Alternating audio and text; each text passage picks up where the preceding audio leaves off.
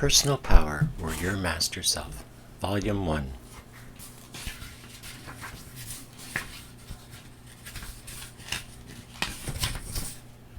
Chapter 1. Forward. This book is devoted to the subject of the development, cultivation, and manifestation of personal power. Personal power in all its phases, aspects, and modes of manifestation and expression. Personal power, as understood and taught in this book, may be defined as the ability or strength possessed by the human individual by which he does or may accomplish desired results in an efficient manner, along the lines of physical, mental, and spiritual effort and endeavor. This book is not written with the purpose of reforming the world, nor of conducting a propaganda for the advancement of some particular creed, belief, body of teaching, or doctrine, nor is it written on behalf of any particular organization, cult, society, or school interested in enlarging its membership or in spreading its doctrines. Instead, it is written for you. You are the individual in whom we are interested, and for whom this instruction is intended. You have been attracted to this book, and it to you, by reason of certain ever-operative, though little-known laws of life and being. You have long awaited the coming of this book. You are now ready to absorb its teachings. Your own has come to you, after your period of watching and waiting, and you will recognize it as your own by reason of a certain intuitive perception which comes to those who are ready to receive that which it contains. You have demanded this book, here it is. This book is different in many respects from anything that you will ever have read. A careful and earnest study of the truths presented in it will work a marked change in you, though you may not fully realize it at this time. You will never be exactly the same after its reading. It will have left its indelible impress upon you. You may come to think that you have put it aside, and that you have no further interest in its teachings, but you will find that certain memories of the statements contained in it will abide with you, and that echoes of its teachings will ring in your ears of your mind. In the words of Whitman, its words will itch in your ears till you understand them. Its basic truths and the suggestions as to their application will stick in your mind as the burr sticks in the fleece of the sheep which has acquired it in its wanderings. You can no more escape from the influence of the truths presented in its pages than you can turn away from your own shadow. At every turn and crossroads of the path of experience hereafter, you will find yourself almost unconsciously applying the principles of this instruction and employing some of the methods taught in it. You are hereby warned that such will be the case. If you are not willing to experience such results, now is your time to put away the book. If, however, you decide to proceed with the reading and study of this book, we have several suggestions to make to you. You need not expect to master this instruction at the first reading. There is much solid food contained in it, many things requiring careful mental mastication, digestion, and assimilation. You will need to read this book several times, from start to finish, with intervals between each reading. Yet the instruction is quite simple, and at each reading you will acquire many important facts, principles, and methods. The proper way in which to read this book for the purpose of study, in which to extract from its pages that which is condensed in them, is to start by reading it carefully from beginning to end, but without trying to memorize any particular portion or to impress any particular detail upon your mind. Then lay it aside for a short time, while you think over its teachings in a general way. In this mental rumination, try to classify the several most important topics and divisions of the general subject, but without direct reference to the book itself. Having done this, take up the book again, and this time carefully absorb each and every phase and feature of its instruction. Take your time reading, and thus rereading and restudying it. You will find something new in this book each and every time you take it up, no matter how many times you have previously gone over it. Finally, you are not asked to accept as true the instruction contained in this book merely because we have asserted it to be true. You have at your disposal the means of testing and proving the truth of our assertions, the test of actual application, experiment, and experience. If you will earnestly and persistently put into practice the principles and methods set forth in it, you will find yourself actually manifesting and demonstrating the results logically flowing from them. All that you are asked to do is accept, at least tentatively, as a working hypothesis, the general principles announced in this book, and to adopt as a working plan the method it presents to you. Reserve for yourself the right to accept or reject either principles or methods or both after you have subjected them to an earnest, faithful, diligent, and persistent trial in actual life and work. If you will do this, you will, in all probability, need no further argument to convince you of the truth of the underlying principles in this instruction, and of the efficacy of the methods suggested in it. Here is the prophecy. If you will recognize by means of your intellect the fundamental principles of personal power, and will realize them in your feeling, then you will be able to manifest and demonstrate them in your everyday life and work by means of the methods herein indicated, or by similar methods devised by yourself but based upon the same general principles. The principles are basic and fundamental. The methods are designed merely to enable you to apply effectively the principles. You are at liberty to adapt or to modify the latter to suit your own individual requirements. If you attain the first two stages of the above stages, then assuredly you will attain the third stage, the stage of manifestation. These first two stages may be attained by any person of average intelligence, provided that he will faithfully and earnestly apply himself or herself to the task.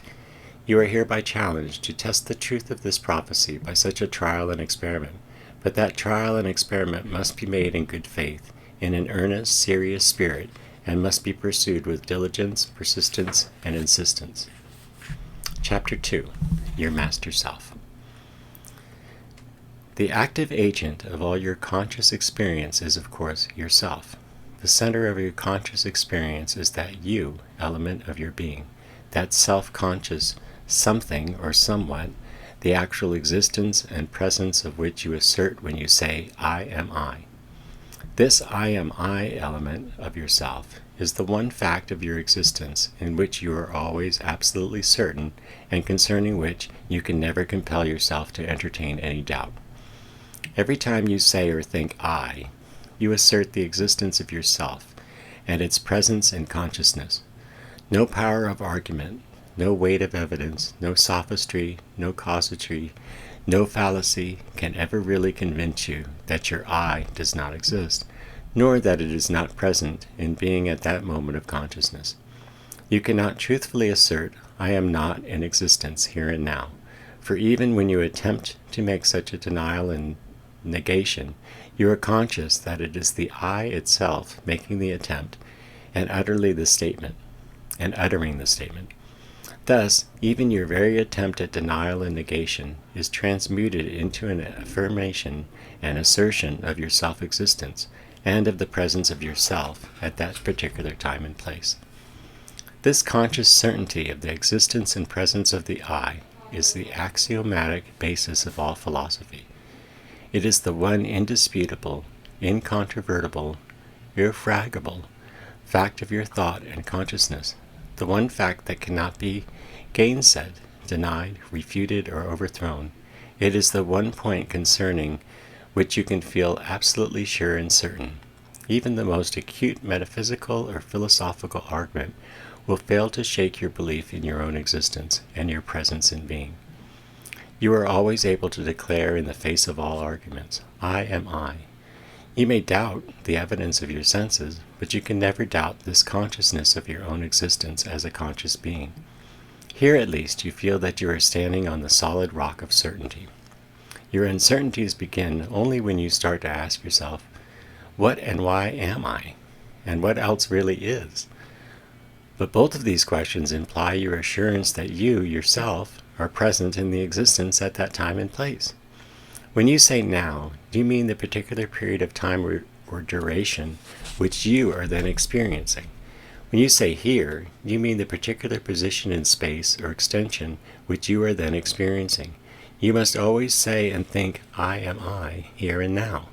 But the here and now are relative to yourself and have no other meaning to you. If you think we are we are here making much ado about nothing, and that we are telling you something which everyone knows without being told, we will answer you by saying that upon this very point philosophers and metaphysicians have earnestly disputed from the beginning of human thought. This because they realized that this one point, if absolutely established, furnished man with his one solid rock of reasoning, his one certain point from which he might chart and diagram his world of experience. That they have reported, as they have been compelled to report, its certainty and essential reality is an indication of its ultimate truth, for they have made every attempt to undermine or to surmount it. They saw the folly of merely taking it for granted. They knew that too many things which men took for granted are illusions or delusions, the flatness of the earth, or the stationary position of the earth, for instance. Moreover, these great minds, which for thousands of years have been investigating in the subject of personal power, long since discovered the fact that before one can hope to exercise any phase of personal power, he must first arrive at a clear, distinct, and fundamental consciousness of himself, his I am I, as a reality transcending all of his mental and physical instruments, and that upon the degree of his actual consciousness of the independent existence of this I am I center of his being depends the degree of his ability to manifest personal power. So you see, we are not wasting your and our time in telling you something not needing telling. Instead, we are endeavoring to awaken in you the actual and vivid conscious perception of a fundamental truth without which you cannot hope to manifest or demonstrate personal power. Omitting this basic and fundamental instruction, there would be no reason for presenting the rest of the subject to you. This ego, self, I, or I am I, which stands at the center of your conscious experience and which is the real seer, doer, feeler, thinker, willer, and actor in your life journey, is the master self, the king on the throne of your personal being. To omit reference to it here would be like omitting the character of Hamlet from the play of that name. Before you can hope to manifest and demonstrate personal power, you must become consciously aware of that something or somewhat which employs and manifests that power. Personal power might be present in abundance, but unless there were also something present able to employ and use it, there would be no manifestation or demonstration possible. You are that something. You must become consciously aware of your essential and fundamental self before you will be able to employ the instrument at your hand. You must recognize your sovereignty before you may mount your throne and take your kingdom. We wish, however, to state emphatically at this point that in our consideration of the master self, the ego or I, which asserts I am I, we shall confine ourselves entirely to the reports of consciousness concerning its presence and existence, its nature and character.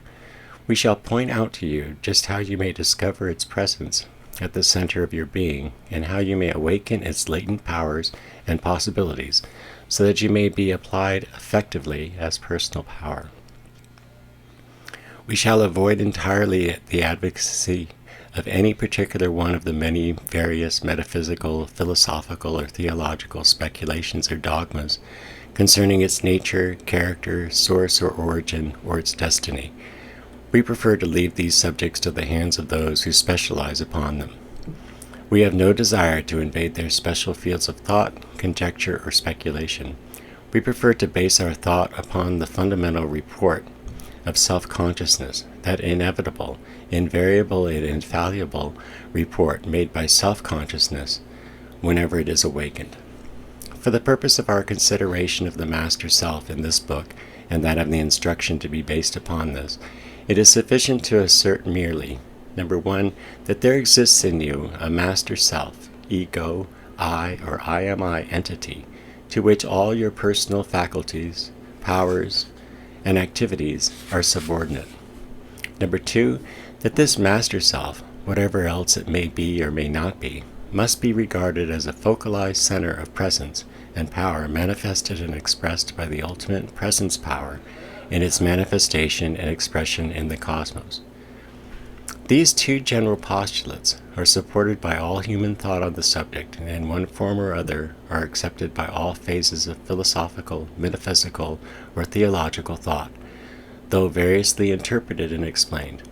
Moreover, actual human experience is in agreement with them. We shall present the general argument to you as we proceed, showing you how firmly based and grounded they are in human thought and experience. But even so, you are not asked to accept them as truth until your own reason and experience so report them to you. Let us begin, then, with a consideration of the first of the above stated postulates. There exists in you a master self, ego or I am I entity, to which all of your personal faculties, powers, and activities are subordinate. The argument and proof of this proposition is to be drawn entirely from your own conscious experience, and not from any philosophical, metaphysical, or theological theories or dogmas whatsoever. Self-analysis will furnish you with the proof. That proof, once so obtained, will be far more satisfying than the mere say-so, or thus saith, of others. We earnestly ask you to proceed carefully with this process of self-analysis, for it will bring to you results of the most practical and vital character. Do not pass over this part of the instruction as being merely theoretical or speculative, for it is far from being so, and above all, do not take the position that I am willing to take this for granted without actual proof, without bothering about the investigation. For by so doing, you will miss the very kernel of the instruction. For know you that the process of self-analysis will not only prove the thing to your satisfaction, it also will awaken within you the power of the I am I, or master self, in a way impossible by any other means. You must not only recognize this I am I intellectually, but you must also realize it in feeling before you can manifest and demonstrate it in action. In the following several sections of this book, we shall, through your own self-analysis, make you acquainted with your master self, your ego, your I or I am I. You will be led not only to see it, but also to feel it within yourself. This seeing and feeling constitute the first two stages or steps in personal power. The doing stage, or step, is the third and results from the attainment of the first two. The more thoroughly grounded you are in the first two stages or steps, the better will you be able to attain the final one. Chapter 3. Your I am I. We ask you now to proceed to the discovery of your master self by the process of a self-analysis. In the most general sense, oneself is a composite of personal, mental, and physical qualities, parts, factors, and elements. When you say myself, employing the term in this sense, you mean your entire personal being, outer and inner, body and mind, and possibly spirit as well. You use the term self to distinguish your entire personal being from that of another person, or those of other persons. Here you perform a process of analysis or separation.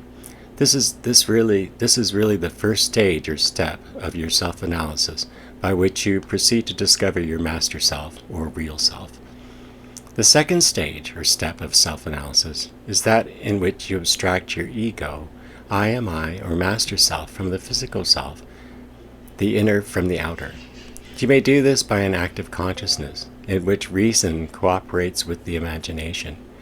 You find that the innermost report of consciousness is that the I am I consciousness is not necessarily involved with your consciousness of your body, but that, on the contrary, the I am I may conceive itself as existent, even independent of the body which it inhabits.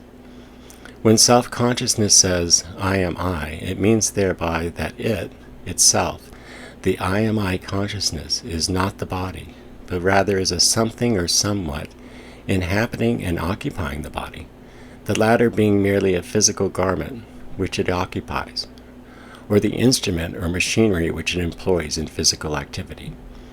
The I am I may raise the hand attached to the physical body by an act of will operating the physical muscles by means of currents of nerve force directed by the mind. The I am I may stand aside and contemplate the moving hand and the act by which the hand is moved, just as it may contemplate any physical object not attached to the body. Try this and you will see and feel this to be the case. You will find that you have the consciousness of your I am I deliberately moving your hand by an act of will, the hand being merely a portion of your physical machinery.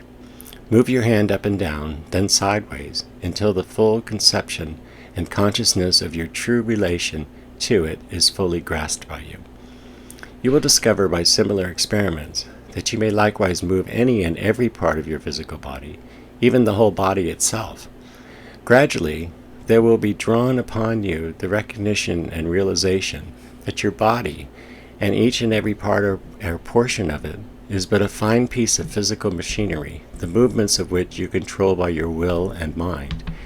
You will then perhaps for the first time realize that your body is merely your physical machinery, any part of which, or the whole of which, the I am I may use, employ, control, direct, or set in motion, or render motionless, when it has learned the control of the nerves and muscles attached to and regulating the movement of the several parts of the body.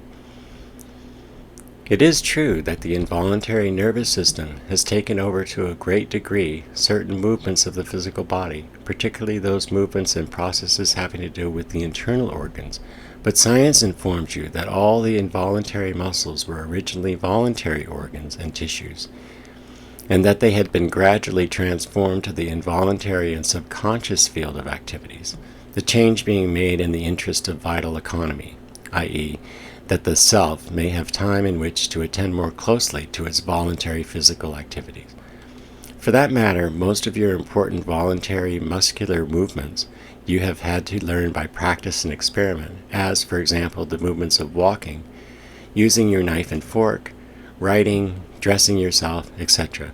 Furthermore, it is known that the Hatha yogis of India and others who have experimented along these lines have regained the control of the involuntary muscles, and may start and stop their action or reverse the same at will, this being true not only of the muscles of the organs of digestion, assimilation, and elimination, but even of the heart itself. Your reason recognizes the fact that the particles of your body are constantly changing, your body today being entirely different from that which you occupied a few years ago, and quite different from that which you occupied when you were a child. But at the same time, your consciousness informs you that your I am I, or ego, or master self, is identical with that of a few years ago, or even that of your childhood. You are the same I am I that you always have been, so far as your memory can report. So you see that not only is your body something that is used, controlled, and moved by will by your I am I, or master self, through its established mental and physical machinery, but also that your body is not at all the same body which you owned and used a few years back. In short, you see that while your body is constantly being changed, repaired, made over by the elimination of old, worn-out material and the substitution of new, fresh material, your I am I remains unchanged in essential identity during your whole physical existence. The body is an impermanent and changing machine, while your I, which operates it, is the permanent and constant element of your being, the same operator engaged in running a constantly changing machine. Moreover, by using your imagination, you will discover that while it is possible for you to fancy yourself as occupying bodies of different kind, almost any kind in fact, one after another, yet it is absolutely impossible for you to even to imagine yourself as being a different I am I under such conditions. The imagination will report that while it is able to picture you as taking on and laying aside different bodies, just as you now change suits of clothing or costumes, yet it is unable to picture you as laying aside your identical I am I and becoming another.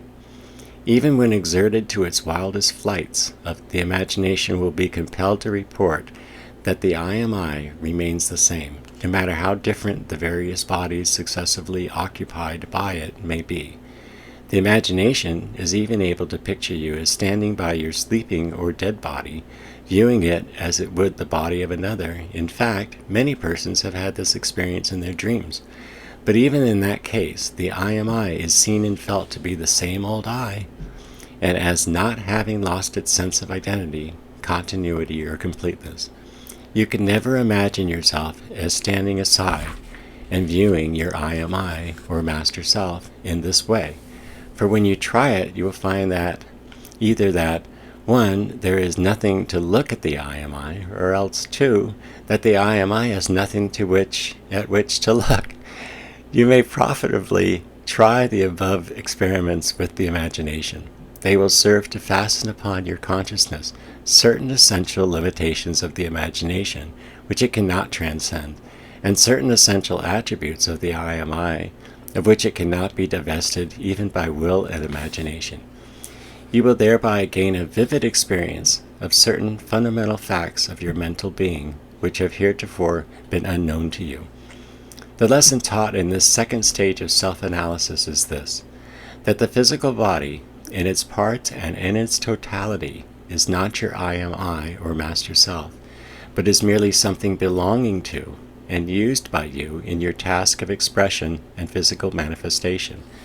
Whatever else your I am I, or Master Self, may be or may not be, it is certainly not your physical body in its parts or in its totality. If you wish corroborative proof, you have but to inquire of persons who have lost their arms or legs or other important parts of their body. They will invariably inform you that their I consciousness, their consciousness of self, is not in the least affected or diminished by the loss of portions of their body. They would tell you that the same old I is present, feeling as complete as ever and not being conscious of any loss of real selfhood. More than this, authoritative medical annals inform you that in cases of paralysis extending over the greater portion of the body, the I am I consciousness is still intact and undiminished. The report always is, I am still here, I am I, just as much as I ever was. We ask that you master this first step of self-analysis, at least to the extent that you actually feel in consciousness that there is a something or somewhat which owns, occupies, and uses your physical body as an instrument of expression, a machine for producing physical activity, but which in itself is superior to and master of that instrument or machine. And that something or somewhat is you, yourself. Do not rest content with merely acquiescing in the statement by reason of your seeing it intellectually. Seek to feel it as a fact of actual consciousness, for thereby you gain an important step in the unfoldment of personal power. Do not hesitate to call to your aid your imagination as well as your intellect, for both of these are valid instruments of your mental mechanism, each performing its own offices for you. Do not say, I can imagine anything, for really you cannot. The above experiments will show you that the imagination, as well as the intellect, has its limits and boundaries, beyond which it may not proceed. Do not pass this by as mere fancy or as unimportant. It is quite important and has a distinct and particular part to play in the instruction which we are offering you in this book. We are seeking to have you see and feel that you are something or somewhat far more fundamental, essential, and real than you have ever imagined yourself to be. You may possibly think that now, having shown you that the I am I, or Master Self, is not the physical body, we are about to tell you that therefore it must be the mind. If so, you now look forward to the usual talk upon the subject of all is mind, of which you have heard so much, possibly too much.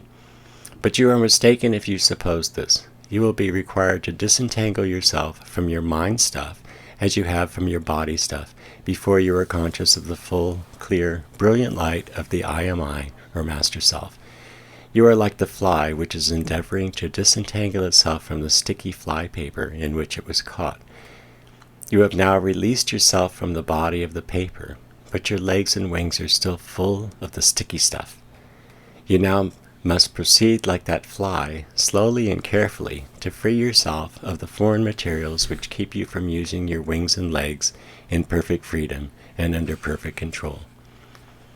This third stage of your self-analysis is that in which you abstract your I am I, or Master Self, from the part of your mental nature which you call your emotional nature, i.e. your various feelings, emotions, agreeable or disagreeable, mental states, and your desires.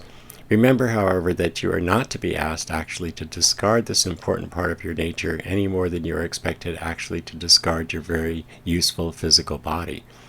On the contrary, you will be expected to employ still more efficiently both physical body and emotional nature, once that you have discovered that they are but your instruments and machinery, physical and mental, rather than being essential and inseparable elements of the I am I, or Master Self. You are being asked to learn how to use, as a master, these instruments and that machinery, instead of being used by them as their slave. But to the master you must first discover that you are superior to and essentially independent of these useful instruments and pieces of machinery. When you have learned this, then you may use these things as they should be used, by you as the master, not as the slave. First learn to know, then proceed to use. You proceed to the attainment of the third stage of your self-analysis by 3 steps. Number 1, the discovery that your emotional states are temporary, impermanent, and changing. Number 2, the discovery that your emotional states may be observed, considered, examined, analyzed, and controlled by the I am I, or Master Self, and that in such processes they are able to set aside as objects to which the attention of the I am I, or Master Self, is being directed, the latter always remaining as the subject, which is conducting the examination. And number 3, that after you have mentally abstracted or set aside all of your emotional states, there is still a something or somewhat left unchanged, unimpaired, constant, and permanent, which cannot be set aside as an object of attention, the I am I, or Master Self. The first of the 3 above-mentioned steps is quite easy of accomplishment. You have already discovered that your emotional states are impermanent and changeable. You remember that only a few years ago, perhaps only a few months, weeks, or days ago, you entertained an assortment of feelings, emotions, likes and dislikes, wishes, wants, and desires vastly different from those entertained by you today. Your loves and hates have changed many times, often exchanging places perhaps, at least changing into the degree of intensity and in direction of object. In some cases they have faded away so completely that it now requires a distinct effort of memory to recall them as having been previously experienced by you. Some persons are more constant in their feelings than are others, but some degrees of change are experienced by all persons. The feelings of the child change as the period of adolescence is approached. The emotions of the adolescent are different from those of the child, and from those of the matured man or woman. The emotions of middle-aged are different still than those of old age, have their own particular character. Moreover, the constant play of circumstances and environment works changes in the emotional states of the individual. You have had personal experience of some of these changes, and observation and inquiry will satisfy you as to the rest. But your own experiences and your inquiries concerning those of others will disclose to you that in all such cases the I am I of the individual, his Master Self, remains constant, unchanged, and identical through all these innumerable changes and transmutations of the emotional states. The I am I, or Master Self, has survived these emotional storms, tempests, calms, and dead winds. In fact, its memory has forgotten many of them. The individual frequently wonders, was it possible that I ever felt in this way about these things or these persons? The I am I, or Master Self, is the constant, permanent something or somewhat which survives the temporary and ever-changing winds and storms of the emotional states. The second step likewise is easy, when you have once grasped the idea. It consists merely of the examination, consideration, observation, and analysis of your emotional states. You find it quite easy to turn the light of attention upon any particular emotional state previously experienced. Your attention being directed earnestly to it, you easily perceive its past history, how it originated, what it called into expression, how it rose to its height or climax, how it faded away or at least grew weaker, what ideas served to strengthen or weaken it, to feed it, or to starve it, how it became transmuted into another form of feeling, and so forth and so on. In short, you will find that you are able to examine, consider, observe, and fundamentally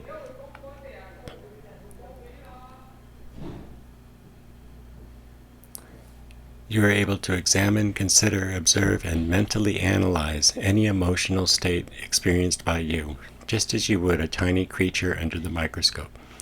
You place the emotional state as the object to be viewed under the microscope of attention, the I am I, or Master Self, always being the subject, conducting the examination at the observation end of the microscope.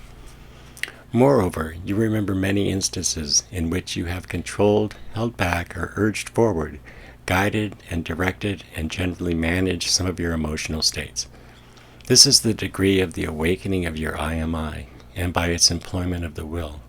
You have learned at least to some extent how to restrain or inhibit many of your emotional states, your feelings and impulses, your desires and your tendencies, this in response to the dictates of prudence, ethics, morality, justice, self-respect, or self-interest, as the case may be. In short, you have demonstrated at least to some degree that the I am I, or Master Self, is the driver of the emotional steeds, the latter being the creatures guided and directed by the reins, bit and curb of will.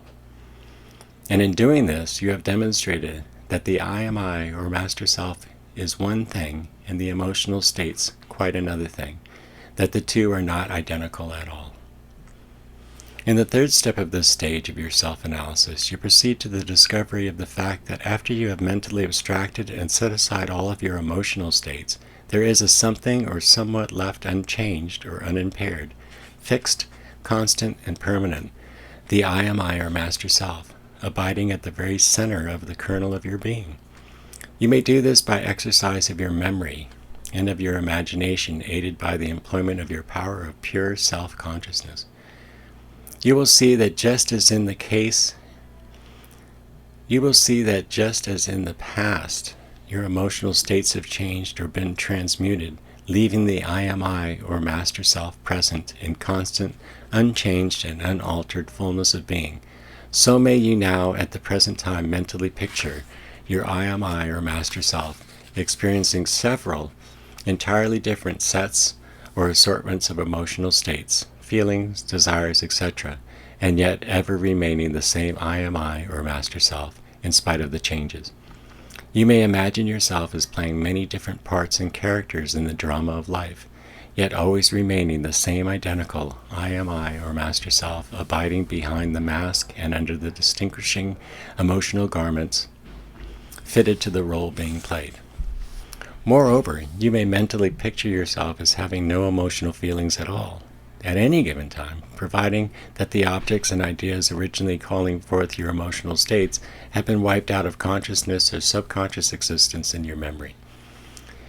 But even in such an extreme case, you will be fully convinced that your I am I, or Master Self, would remain the same constant, identical something or somewhat that is now and always has been. The lesson taught in this third stage of self-analysis is this: that the emotional nature in all its stages, forms, and aspects, modes, and manifestations is not the I am I, or Master Self, but instead merely something belonging to that essential and permanent entity. Whatever else your I am I, or Master Self may be or may not be, it certainly is not your emotional nature in its parts or its totality. The fourth stage of self-analysis is that in which you abstract the I am I, or Master Self, from your thinking states. Your thinking states are composed of thoughts of various degrees of complexity, ranging from the simplest perception arising from sensation or sense report of any kind to the higher combinations of thought, which we call concepts, ideas, beliefs, judgments, conclusions, etc. By carefully examining your thinking states, you will discover there is a condition which closely resembles that associated with your feeling states. That is to say, you will find your thinking states to be, number one, impermanent and changing, number two, capable of examination, observation, experiment, analysis, control, and direction, and thus being capable of being set aside as objects of the attention directed by the I am I, or Master Self, the latter being the subject exercising the power of attention. And number three, that after you have mentally set aside and examined all of these thinking states, or thoughts, There is a something or somewhat left constant, unchanged, unimpaired, and permanent, the I am I or Master Self, which remains identical through all the processes of thought and thinking, transcending them all. Just as you found the feeling states, so now you find the thinking states to be subject to the law of change, modification, alteration, transformation, and transmutation. You have but to look backward over your past life, even but a few years back for that matter, to discover that there has been a constant evolution and development in your thoughts, judgments, beliefs, and conclusions. You know that new concepts, new ideas, new judgments, new conclusions have replaced those formerly held by yourself. Your experience has wrought many remarkable changes in this respect, many of your former beliefs, ideas, and convictions having been perhaps entirely reversed.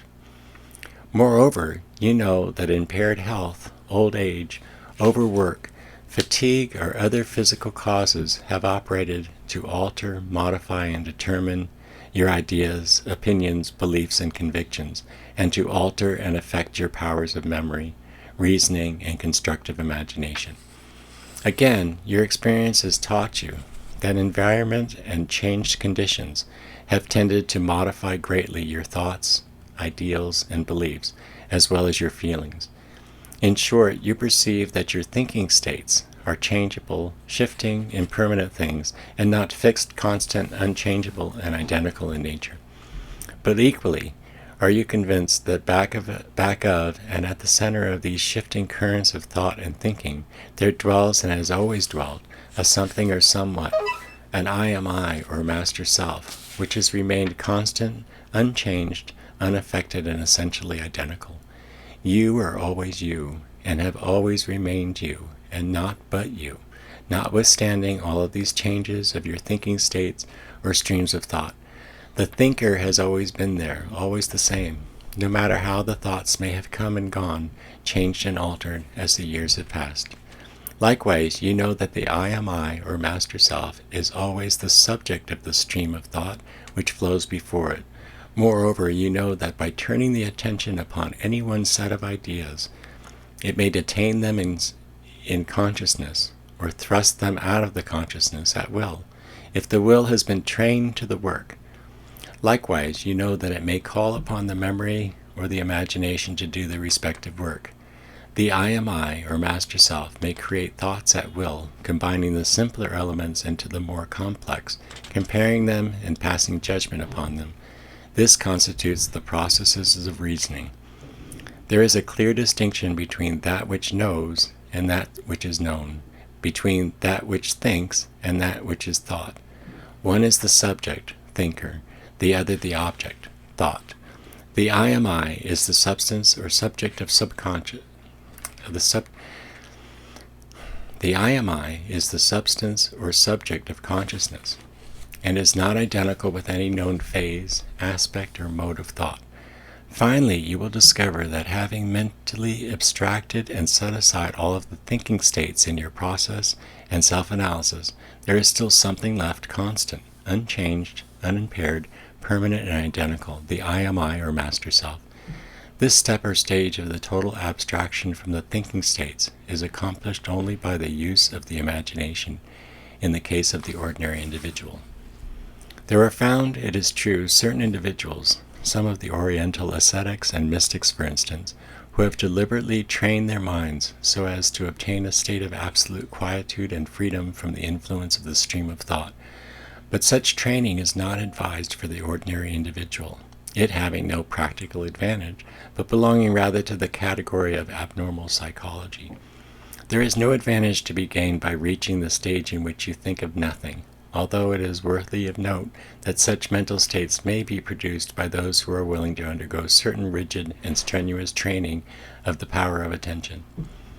By the use of the imagination, however, you may easily picture yourself as immune to the impressions from the outside world, as in the case of one whose sense organs are inactive, and as having shut off or inhibited the reports of memory.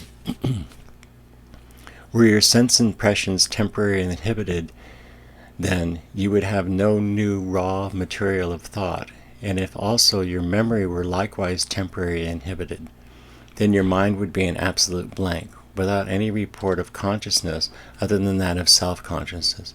But even so, there would still be the report of self-consciousness, the report of your own existence, here and now. Of that you could not divest yourself while you were conscious at all.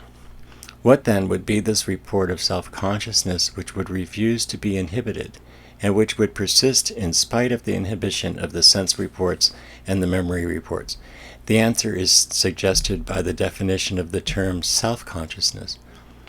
The consciousness of oneself as existent and in being. With impressions from the outside world, and also the reports of memory, temporarily inhibited or shut off, your consciousness would be driven back upon that fundamental, essential, and ultimate report, I am I. It is worthy of note here that those who have cultivated the methods of total abstraction from the thinking states, the Oriental ascetics, for instance, report that even in the state of the utmost possible abstraction and detachment, they still find the report of existence and of being, the consciousness of I am I, persisting, even though the consciousness of the details of the personality have been abstracted with the rest of the not I states as consciousness. It would seem that, try as he may, man is never able to escape the I am I consciousness, which he is conscious while he is conscious at all. It is something from which he cannot abstract himself, and something which he cannot set aside from his consciousness. But as we have said, you are not advised to experiment with the production of abnormal psychological states in order to prove to yourself that it is possible to absolutely inhibit the thinking states, and thus to discover the I am I consciousness shining brightly in a mental world otherwise devoid of the light of consciousness. In fact, you are advised against indulging in any such extreme experiments. All that we wish you to do is to employ your imagination to the fullest, and thereby discover that it is possible for you mentally to picture yourself in such a condition, to realize that such a mental state is possible. This is sufficient for the purpose before you in this instruction. We wish you to realize fully that there exists at the center of your being, at the center of your thinking states, as well as of your feeling states, a something or somewhat, which inevitably, invariably, and infallibly reports I am I, so long as there is even the faintest glow of consciousness manifested. This something or somewhat which reports I am I is the master self, which is your real self, you, in yourself, of yourself, and by yourself. This I am I, or master self, is the permanent subject of your thinking processes and activities, and yet is superior to them and capable of rising above them. The thinking states rise and fall, appear and disappear, to be succeeded by others manifesting the same process of appearance, expression, and disappearance. But the I am I, or master self, remains constant, permanent, and abiding throughout all of these processes of thought. The stream of thought may flow past, ever changing, ever passing, ever becoming, never the same for even 2 consecutive moments, but the thinker on the banks of the stream remains ever the same identical I am I, or master self, not a procession of I's, nor a series of changing I's, but ever the same identical I, constant, unchanged, and unimpaired. The lesson taught in this 4th stage of self-analysis is this: that the thinking states in all of their stages, forms, aspects, modes, or manifestations of their activities and processes are not you, the I am I, or master self, but are merely something belonging to and used by you. Whatever else your master self may be or may not be, it certainly is not your thinking states in their parts or in their totality. The 5th stage of your self-analysis is that in which you abstract your I am I, or master self, from that part of your mental being which is indicated by the term will, i.e. the power by means of which you perform actions, mental or physical. Will is always concerned with action, mental or physical. The will process is complete only when it manifests in action along mental or physical lines. Will is called into manifestation by desire, which in turn arises from feeling or emotion. It always goes out in the direction of an idea, which has aroused the feeling, emotion, or desire. Desire is the connecting link between feeling and will. That which we call the will is far nearer to the I am I or master self than are the feeling states or the thinking states. It lies closer than either to you. It has an intimate character, so intimate that it is almost impossible to divest yourself of it even in imagination. It is the body of the kernel of self, the germ of which is your I am I or master self. Bigelow says, sensations originate outside of and inside of the body. Emotions originate inside of the body, but the will is deeper than either, and they are both objective to it. We cannot classify it with anything else. We cannot modify it by anything else. It itself modifies everything within its scope. Will is the assertion of a form of consciousness from the center outward. When it is opposed by another form of consciousness from the circumference inward, we recognize a hindrance to the free action of the will. Barrett says, we know little about the will. We know that we have wills and that we will. We are conscious that willing is not thinking or imagining. Most of us know little more. Some philosophers and metaphysicians have held that will is so intimately and closely bound up with the I am I or master self that it is impossible to disentangle them. But practical psychology has discovered that even will, like feeling and thinking, is capable of being abstracted and set apart from the I am I or master self. They are to be examined, analyzed, and subjected to experiments. Thus, it is discovered, number one, that will is impermanent and changing in its manifestations and processes. Number two, that its processes may be set apart as objects to be examined, observed, analyzed, and subjected to experiment by the subject I am I or master self. And three, that you can conceive the I am I or master self as existing unchanged, unimpaired, and undisturbed but in its totality, identical and constant, even when the will states have been abstracted from it. These processes may be performed with the will states as truly as with the feeling states. You know from experience that there are different degrees of will manifested by you at different times, that your will states vary at different times, that they change, are modified, are affected by changing feelings and emotions, and changing ideas. You know from experience that by deliberately increasing the force of your emotional feeling, you can fan the fire of emotion so as to increase the supply and power of the steam of will. You know from experience that by deliberately directing and holding the attention upon certain ideas or objects, you can cause the will to move towards such ideas or objects. You know from experience that you may deliberately and systematically develop, train, and cultivate willpower so as to increase enormously its effectiveness. In short, you know by actual experience that there is a willer behind the back of the will, and that the will is but an instrument and machine operated by this willer. This willer, this director and master of will, can be nothing else but the I am I or master self. There is nothing else to be the willer, and nothing else which can control and direct the will, that great mover and other of the other mental states and conditions. The lesson taught in this fifth stage of self-analysis is this, that the will, in all its stages, forms, aspects, modes, or manifestations of its activities and processes, is not you, yourself, but is merely something belonging to and used by you. Whatever else your master self may be, or may not be, it certainly is not your will in its parts or in its totality.